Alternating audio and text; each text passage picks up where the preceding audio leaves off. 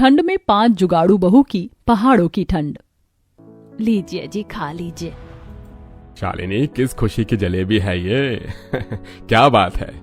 खुशी की भी है और चिंता की भी। क्या बात है, तुम कुछ परेशान लग रही हो, मुझे बताओ।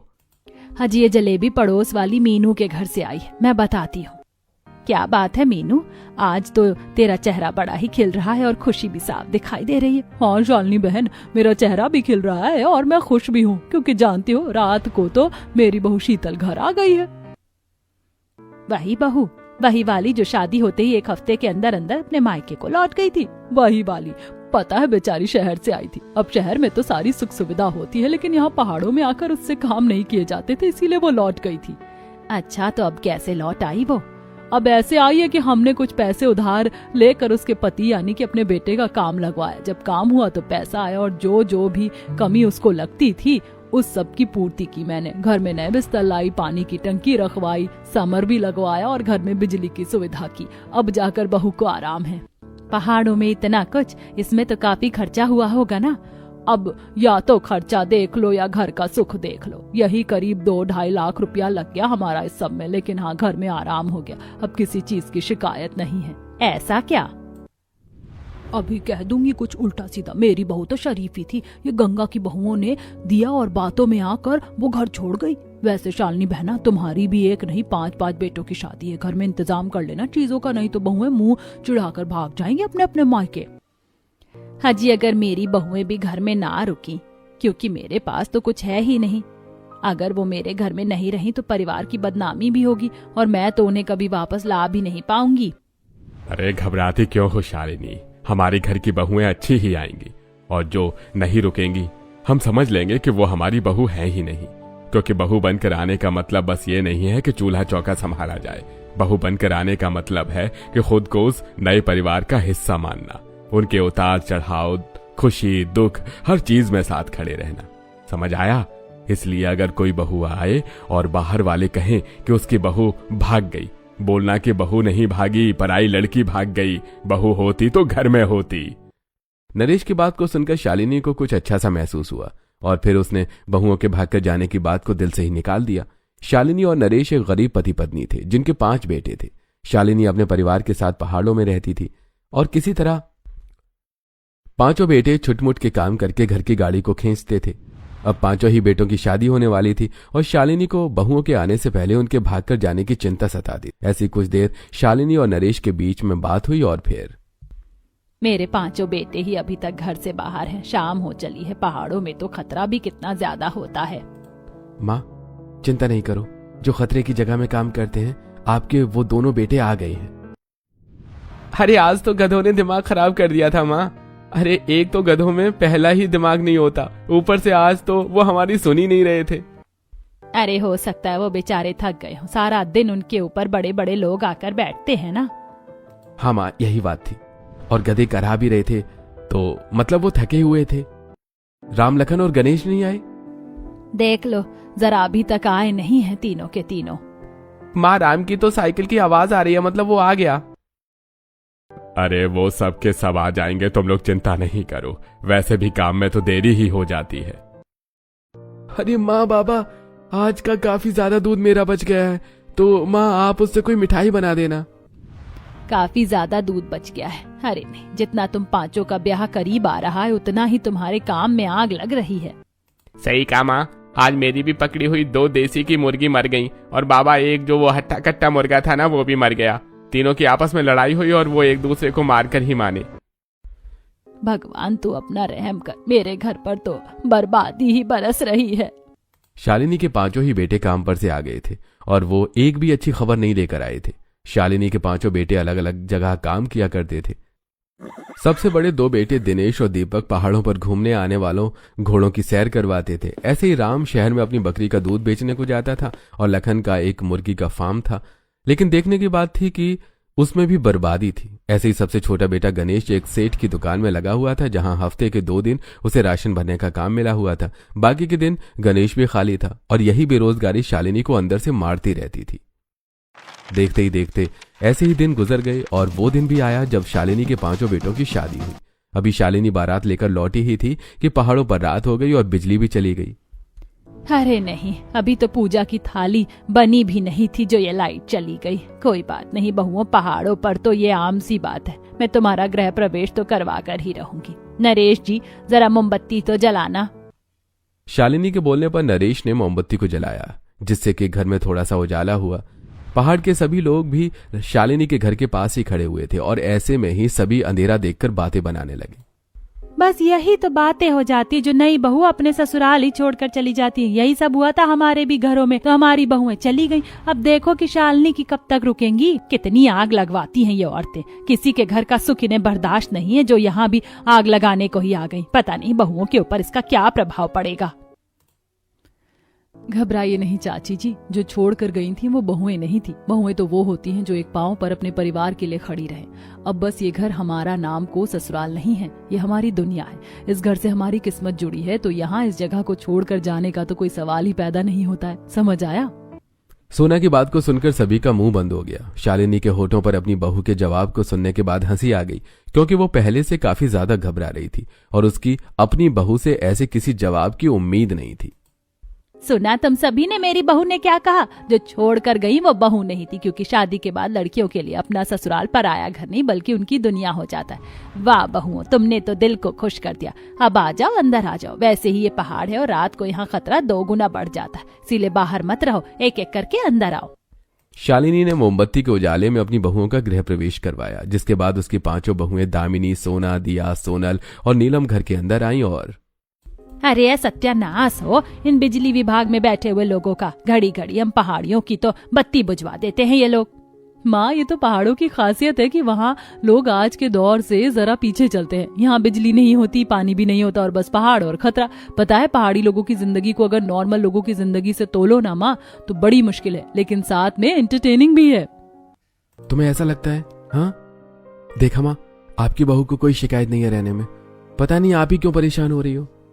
अब वो वक्त ही बताएगा कि इन्हें कोई दिक्कत है कि नहीं। आगे को सर्दी का मौसम है, पहाड़ों का सबसे ज्यादा खतरनाक मौसम। ये मौसम अच्छों को उनकी नानी दादी सब याद दिला देता है। पता नहीं मेरी बहुओं को ये मौसम कैसा लगेगा। अच्छा लगा बहुओं की जो चीज लोगों को यहाँ की दिक्कत लगती है तुम उसको खूबी की तरह देख रही हो। अच्छी बात है, तो फिर ठीक है, अब तुम जाओ, बाकी की रस्में हम कल करेंगे। शालिनी की बात को सुनकर सभी बहुएं अपने अपने बिस्तर पर सोने को चली गईं। उनका कमरा तो अलग अलग नहीं था, लेकिन गरीबी में बस जैसे बहुओं के लिए हिसाब बन पाया वैसे ही उन सभी ने एडजस्ट कर लिया। ऐसे ही अगली सुबह हुई और आज के दिन 5 बहुओं की पहली रसोई थी। गणेश जी कहाँ जा रहे हैं? ऐसे शादी होते ही कौन काम पर जाता है? अगर हम भाई काम पर नहीं गए ना तो घर में खाने के लाले हो जाएंगे, इसलिए हमें काम पर तो जाना ही पड़ेगा। हाँ बहुओं, तुम्हें अजीब तो लगेगा, लेकिन हमारे घर की गाड़ी को बिना काम किए खींचना आसान नहीं है, इसीलिए इन्हें काम पर जाने दो। शालिनी की बात को सुनकर 5 बहुओं के पति अपने अपने काम पर चले गए और शालिनी और नरेश बहुओं के साथ घर पर ही थे। बहुओं, घर में थोड़ा सा दूध है और थोड़े से आलू भी पड़े हैं, तो तुम एक काम करो, आलू की कतली और साथ में खीर बना लो, तो उसमें ही तुम्हारी पहली रसोई की रस्म हो जाएगी। जी माँ जी, क्यों नहीं, चलो बनाते हैं। 5 बहुएं अपनी सास के आदेश के मुताबिक आलू की कतली और साथ में खीर बनाने को रसोई में आ गई। अभी उन्होंने बस खाना बनाना शुरू ही किया था कि तभी बाहर से बहुत तेज तेज रोने की आवाज आई। ये बाहर से किसके चीखने की आवाज आ रही है? सही बोल रही हो भाभी, अभी मुझे भी आई, लेकिन पता नहीं कि आखिर किसकी होगी। कहीं किसी इंसान के पास कोई बड़ा जानवर तो नहीं आ गया ना? अरे भगवान, बस ऐसा नहीं होना चाहिए। चलो चलकर देखते हैं। 5 बहुएं घबराई सी बाहर आईं। बाहर आकर उन्होंने देखा कि उनकी सास शालिनी भी बाहर ही थी। अरे बहुओं, तुम यहाँ? तुम क्यों आ गई? तुम तो अपनी पहली रसोई बना रही थी ना? अरे माँ, वो छोड़ो, ये बाहर से आवाजें कैसी आ रही थी? मेरा तो दिल भी दहल गया। आखिर बात क्या है? दामिनी की बात का शालिनी पर जवाब नहीं बना, वो बस उनका मुंह देखती रही। अरे माँ, बताओ ना कि बात क्या है।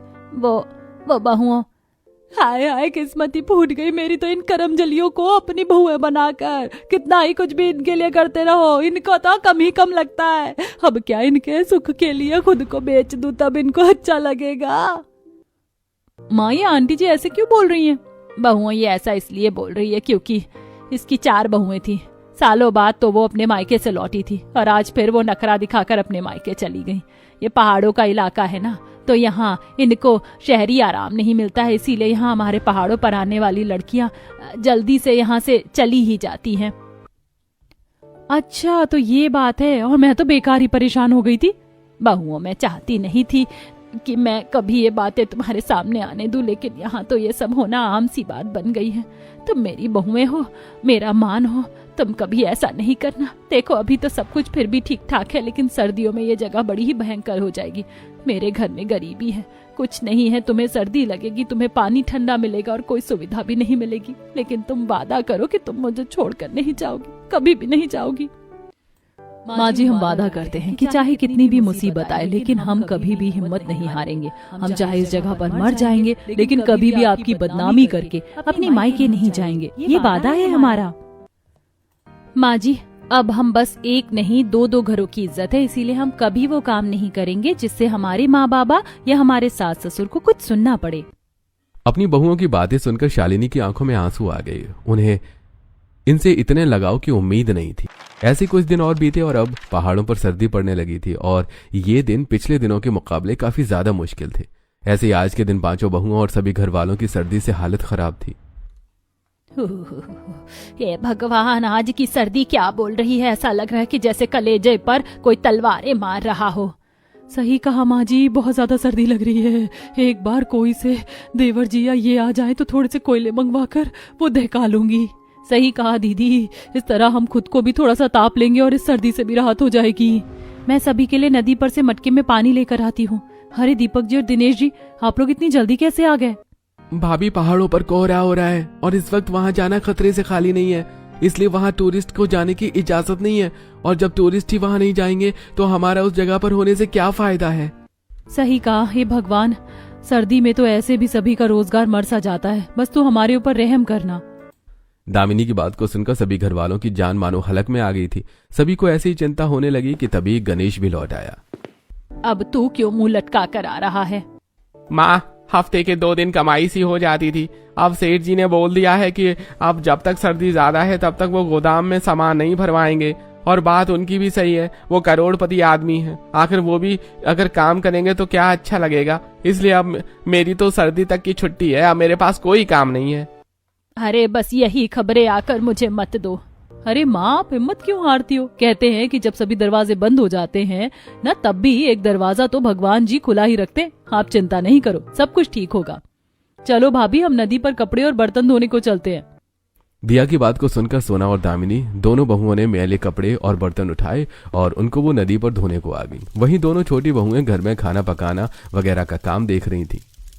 हे भगवान, सर्दी, हाँ किस बला की सर्दी हो रही है आज। भी तो कुल्फी जम जाएगी। हे भगवान। भाभी, नदी का पानी, मेरे हाथ सुन्न पड़ गए हैं, महसूस ही नहीं हो रहा है। पानी तो ओले जैसा हो रहा है। अब तो हम लोग क्या ही करें, इससे ना तो बर्तन साफ किए जाएंगे और ना ही कोई दूसरा काम होगा। घर चलो। पहाड़ों की सर्दी वो भी बिना किसी आराम के साथ हैंडल करना बहुओं के लिए आसान नहीं था। वो बिना कुछ किए ही घर को वापस आ गईं, जहां उन्होंने देखा कि नीलम और सोनल ने अभी तक रोटी भी नहीं बनाई थी। अरे भाभी, आप आ गई? हाँ, आ तो गए हैं, लेकिन यहाँ तो चूल्हे का धुआं भी नहीं है। क्या है ये सब? भाभी, धुआं तो तब होता ना जब हमसे चूल्हा जलाया जाता। हमसे चूल्हा नहीं जल पाया है। क्या चूल्हा नहीं जला? तो अब क्या होगा? भाभी, सर्दी इतनी ज्यादा कि चूल्हा सील गया है, इसीलिए हमसे वो जला नहीं। पांचों बहुओं के सामने चुनौतियां ही चुनौतियां थी। अब उनकी समझ नहीं आ रहा था कि वो आखिर करें तो क्या करें। कुछ देर को बहुएं शांत हो गईं, जिसके बाद सोनल बोली, ऐसे हाथ पर हाथ रखकर बैठने से कुछ भी नहीं होगा भाभी। हम लोगों को अब अपनी सूझबूझ और दिमाग से काम लेना पड़ेगा। मतलब? मैं तो जानती ही थी बहुओं कि पहाड़ों की ठंड तुम्हें भारी पड़ेगी, लेकिन अब तुम ही देखो कि तुम क्या जुगाड़ लगा सकती हो। शालिनी की बात को सुनकर बहुओं को अपनी सास की लाचारी पर दुख हुआ और अब बहुओं के सामने काम कारोबार के साथ साथ रोज की भी जरूरत की जिम्मेदारी खड़ी हुई थी। उन्होंने दिमाग लगाया और दामिनी बोली, माँ बाबा, अब अगर हम लोगों को अपने घर के हालात बदलने हैं तो अब हम सभी को एक साथ हिम्मत से काम लेना पड़ेगा। अपने रोज के कामों को आसान बनाने को अब हम जुगाड़ भी करेंगे और अपने कामों को भी बढ़ाएंगे। और वो कैसे भाभी? मेरे पास तो कोई काम ही नहीं है, तो फिर मैं क्या करूँगा? अजी, करने वाले को 1000 काम और ना करने वाले को एक बहाना काफी होता है। तो आप ना करने वालों जैसी बात ही मत करो। हाँ भाभी, बताओ कि हम लोगों को क्या करना है। मैं ज्यादा कुछ तो नहीं जानती, लेकिन जैसे हमें घर में सर्दी लगती है, काम भी नहीं होते, तो हम बड़े बड़े मिट्टी के बर्तन बनाएंगे। उन बर्तनों में हम अपने घर में हर वक्त आग दहका कर रखा करेंगे। जब घर में आग रहेगी तो रात को उससे हमें ताप मिलेगा और साथ में उजाला भी होगा। और नदी के पानी की सील भी हम उससे उतरा कर फिर इसको इस्तेमाल में ला सकते हैं। बोलो कैसा आइडिया है मेरा? बहुत अच्छा है। ऐसे तो सभी कामों को करने का अंदर से दिल करेगा। ऐसे ही भाभी, जैसे इनके सेठ ने तो इनको अभी काम से हटा दिया है, लेकिन हम एक काम कर सकते हैं। मुझे बुनाई करना आता है तो मैं ऊन से कुछ कुछ बुन दिया करूंगी और ये बेच दिया करेंगे, तो ऐसे घर में पैसों की भी कमी नहीं होगी।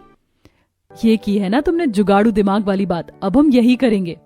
वाह बहू, क्या दिमाग पाया है तुमने, एकदम नंबर 1। सच में तुम्हारे आइडिया में दम भी है और लग भी रहा है कि हाँ ऐसा हो सकता है। अरे तो शुभ काम में देरी कैसी। चलो तो नीलम, मुझे भी बुनाई करना आता है, चलो कुछ अच्छा बुनते हैं। माँ जी, आपके पास थोड़ा सा ऊन मिल जाएगा क्या? थोड़ा सा ऊन? हाँ, वो मेरी पुरानी पोटली रखी हुई है ना, तो मैंने उसमें थोड़ी सी ऊन डाली हुई थी। देख लो अगर कुछ मिल जाए तो। शालिनी के बोलने पर दोनों बहुओं ने पोटली में चेक किया और उन्हें ऊन मिल भी गई। ऐसे ही बड़ी वाली तीनों बहुएं बाहर गईं और वो मिट्टी के बर्तन बनाने लगीं। हाँ भाभी, मिट्टी भी बर्फ उगल रही है भाई, बड़ा मुश्किल है सर्दी में कुछ भी करना, और अगर पहाड़ों की ठंड हो तो क्या ही कहने हैं। दिया की बात को सुनकर दोनों बहुओं ने गर्दन हिलाई। तीनों बहुओं ने मिट्टी के बर्तन बनाए और 2 बहुओं ने ऊन से नई चीजें जैसे तकिया के कवर, चादर और सर के स्कार्फ बुने। ऐसे ही अगले दिन अब मिट्टी के बर्तन सूख गए थे और ऊन की चीजें भी तैयार थीं। लीजिए जी, ये कुछ चीजें हैं, हमने हाथों से बनाई हैं, इनको बाजार जाकर बेच आओ। और हाँ, किसी भी चीज के रेट कम मत बताना। गणेश बड़ा किस्मत वाला है कि एक काम खत्म हुआ तो दूसरा मिल गया और एक हम हैं बेरोजगार।